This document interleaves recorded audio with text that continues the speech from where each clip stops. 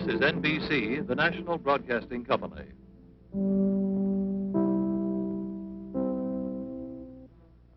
That sound is heard more often by more people than any other sound in America. Pulsing out from the transmitter tower into the tubes and coils behind your radio dial, whoever, wherever you may be. It's like a welcome knock on the door and the sound of the familiar voice of an old friend.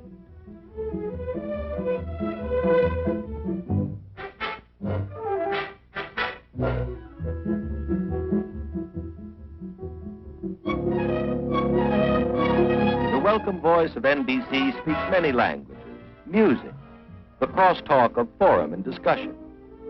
It speaks the clipped and colorful lingo of sport, the many hundred tongues and tones of drama. It speaks the language of laughter, the rippling idiom of comedy.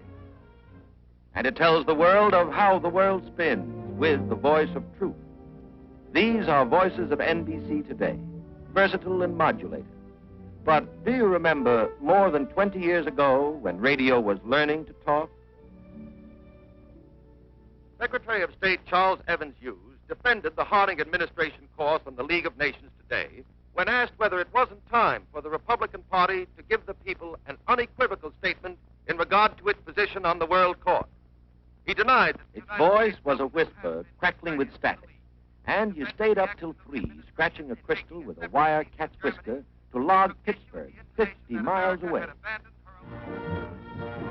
And then radio moved up from the cellar to the parlor, its earphones replaced by a handsome cone speaker, big enough for Dad to get his whole head in as he still tried for distance, maybe Cincinnati direct on a clear evening.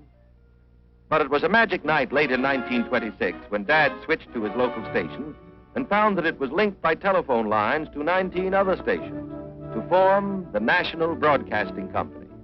The creation of this pioneer network meant that a broadcast originating from any of these affiliated stations could be heard clearly in the area served by all the others, and always at the same spot on Dad's dial. Now radio was going places, and NBC went with it, extending its network from coast to coast, spanning the nation, to bring the on-the-spot, play-by-play report of Graham McNamee describing the doings in Pasadena's sunny Rose Bowl to winter-bound listeners in New York.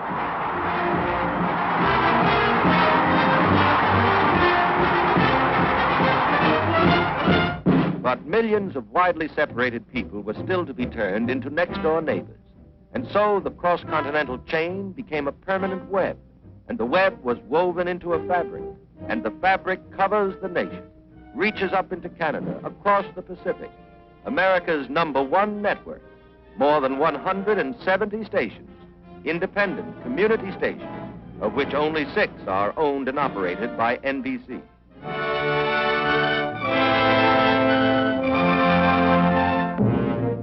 But to affiliates and key stations alike, the industry's focal point is in Radio City, the city within a city. Here at New York's Rockefeller Center is home site and hearth side for the NBC family. And here the welcome mat is laid out for over 500,000 visitors a year, friends from all over the world who've dropped in to see what goes on behind their radio dial.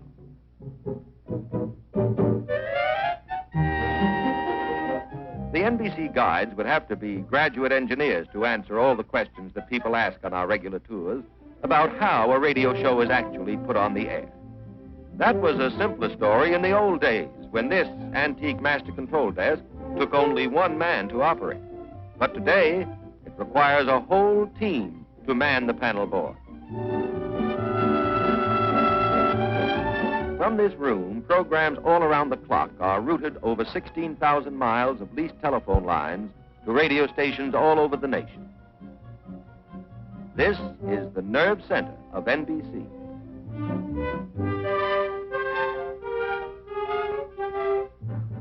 You know, what you hear on the air represents only a fraction of the effort that goes into network radio. The microphone doesn't pick up, for example, the sound of the teletypes in the communications department, which connect our key cities and handle the 3,000 messages a day which are necessary to bring your shows in on cue. You can't tune in on the traffic department either, but without it, no telling what you'd get.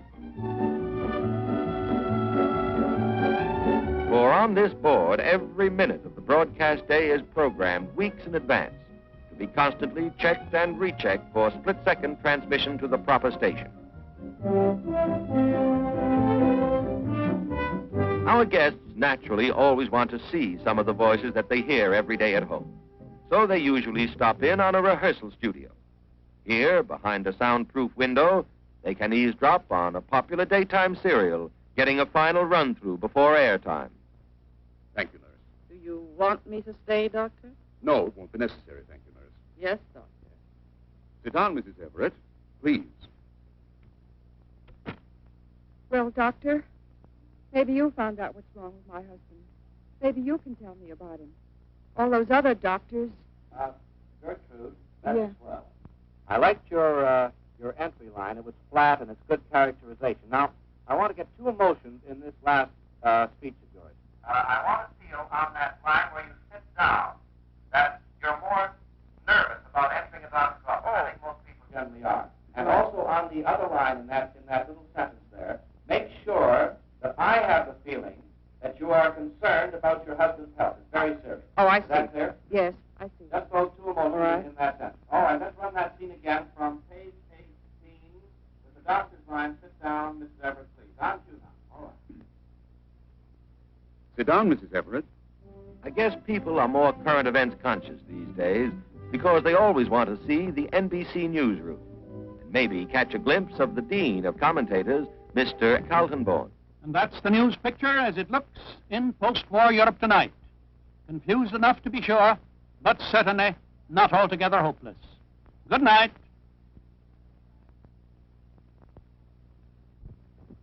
Well, I've just helped turn another day over to history. But history has no clocks and has no calendars. And that's why NBC has provided a room where history can be recorded eternally. That's the newsroom. Let's visit it for a bit, shall we? All night and all day, every day in the year, these machines bring the world's news to NBC for processing. A bell signal will indicate that a really hot news story is on the wire.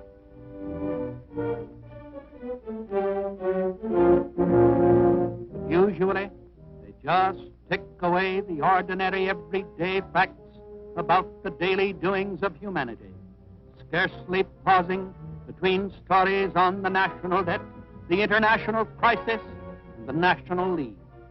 It is our job here to sift these facts, to analyze and evaluate them, bring them into focus with their background, and turn them into stories for radio's newspaper, the only newspaper which is perpetually going to press. Radio's magnificent job of reporting the news is a matter of record. Very little of note has occurred in the last 20 years that hasn't cut a groove in the wax of NBC's permanent transcription file. Radio is not just a thing of the moment. Reserved for all time in its archives are the sounds, the words that history made and spoke as they happened, while it was actually happening. And there's the Winnie Mae now, winging her way in with a new world's record. Around the world in the record time of 8 days, 15 hours, and 15 minutes. The crowd's rushing out on the field to meet the ship as it taxis up the runway. And from where I am, I can't see Getty, but that looks like Wiley Post now, getting out of the plane. I've got the NBC microphone through this crowd, and it just... Wiley, will you and Harold... Still now they've got rope out of the nose of the ship, and the passenger proppers lining the windows looking down. It burst into flame. Wait, get it started. It's bright, and it's bright. It's bright and terrible. If I am elected president of the United States, with confidence in our armed forces, with the unbounding determination of our people, we will gain the inevitable triumph, so help us God. And from this room, NBC sent you its reports, hour by hour, and sometimes even minute by minute, on the greatest news story of all time, the Second World War. It followed the news wherever it went and sent back eyewitness accounts of the tide of global battle, sent back the actual sound made by a world coming apart at the seams.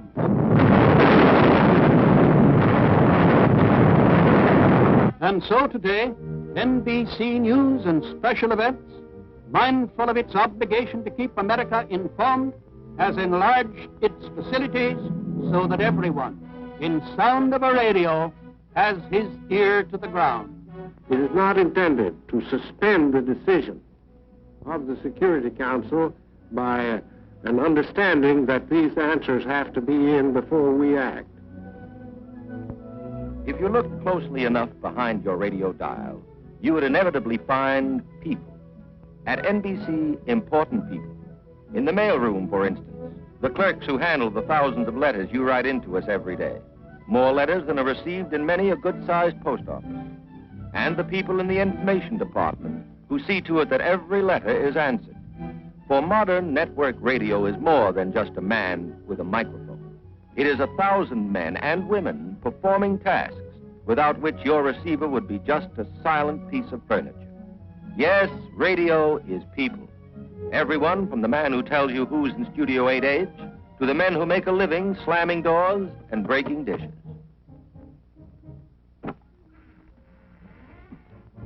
Radio is also the anonymous standby pianist who on a moment's notice must fill an emergency silence with music. And it's the director, the producer, and the composer, too. People whose voices are never heard on the air, but who have made NBC's music department the finest in the radio industry. A mass of specialized detail goes into the preparation of a musical program. Every selection must first be investigated for clearance and performance rights.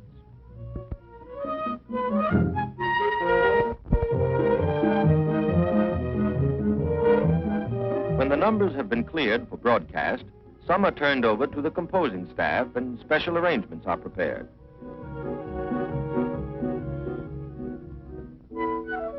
The balance of the program may come from orchestrations on file at NBC, the largest and most complete working music library in the world, containing everything from swing to symphony.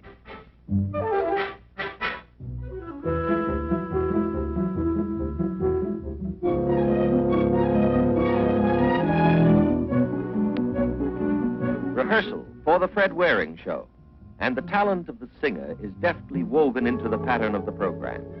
It takes many hours of patient practice to tailor the artistic and technical quality of every note transmitted to your loudspeaker.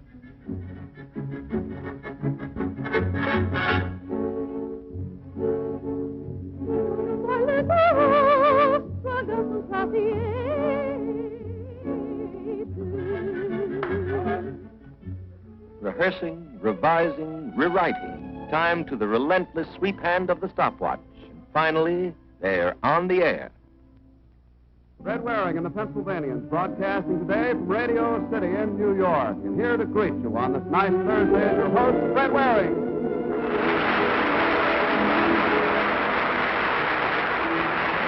Hello, everybody, and thanks for coming.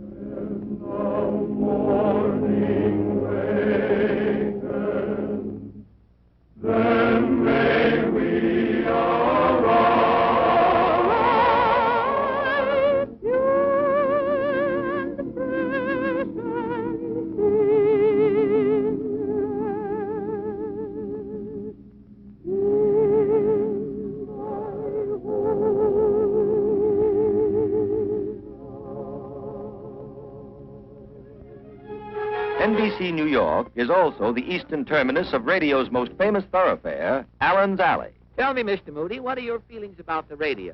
I don't hold with furniture that talks. Well, you have a radio. No, I had one in the hen house. Yeah? One day, all the hen's nest would be empty. Uh-huh. Next day, every nest would have 2 eggs into it. You mean? The hens was listening to Double or Nothing. Yeah. Co-capital of world entertainment is NBC's Western Radio City in Hollywood. The names they write in autograph books outside NBC Hollywood are those of the greatest stars in radio and the most in demand for advertising sponsorship.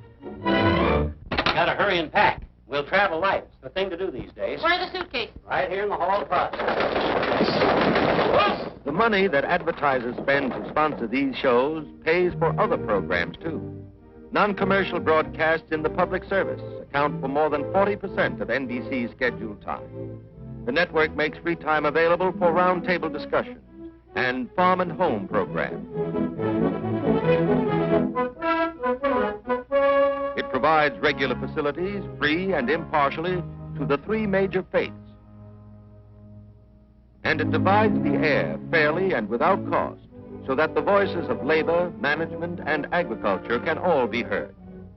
But neither network nor sponsors ultimately decide what you shall hear. To determine the most popular types of radio entertainment, NBC engages in constant research by telephone.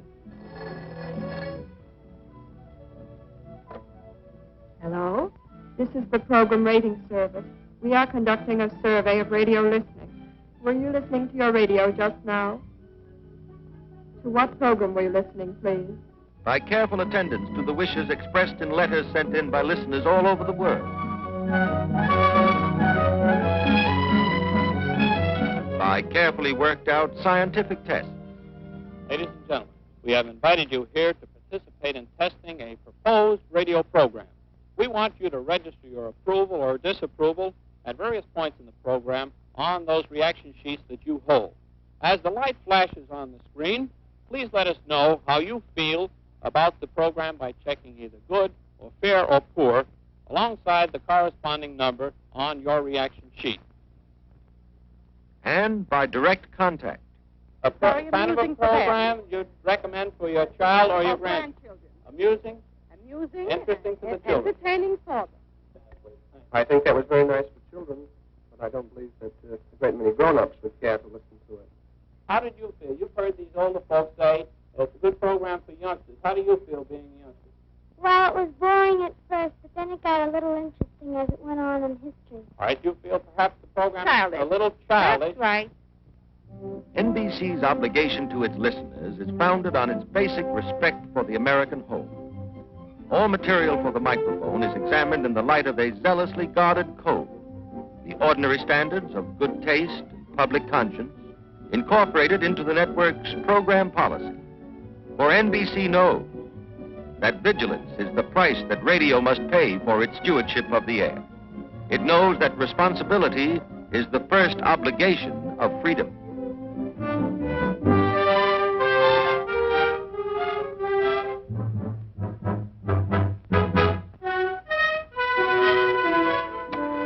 The freedom of every American to turn the switch on his radio and listen without a license to what he pleases when he pleases, and to pay no tribute for what he hears, was guaranteed by the Constitution more than 100 years before the first practical sputter was ever coaxed out of the electromagnetic wave. The freedom of the air in America is inalienable. To extend this American freedom into new and uncharted wavelengths, NBC in 1941 established the first commercial television station in the country, began immediately to expand it into a network. Adding sight to sound, it opened an electronic window, rang up the magic curtain, and ushered you to the first row, to the best seat in the house, your own easy chair.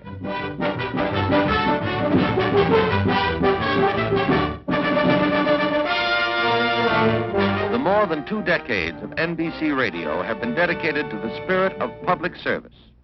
Now, in bringing television, network television, out of the laboratory and into your living room, NBC rededicates itself in this same spirit to provide the greatest medium of mass information and mass entertainment in the world.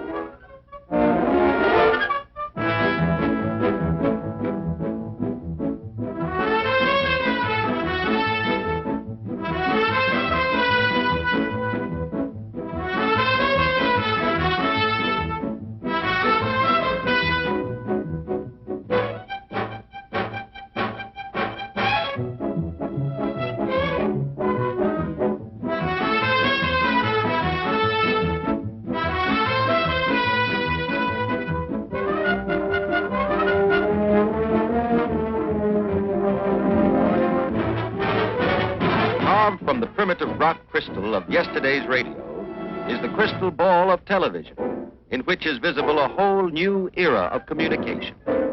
In one generation, voice and vision have transcended space. Science, engineering, and organization have harnessed the ratio between light and sound, so that radio or television, if you look behind your dial that is set at NBC, you will find that you are tuned in on today and focus on tomorrow.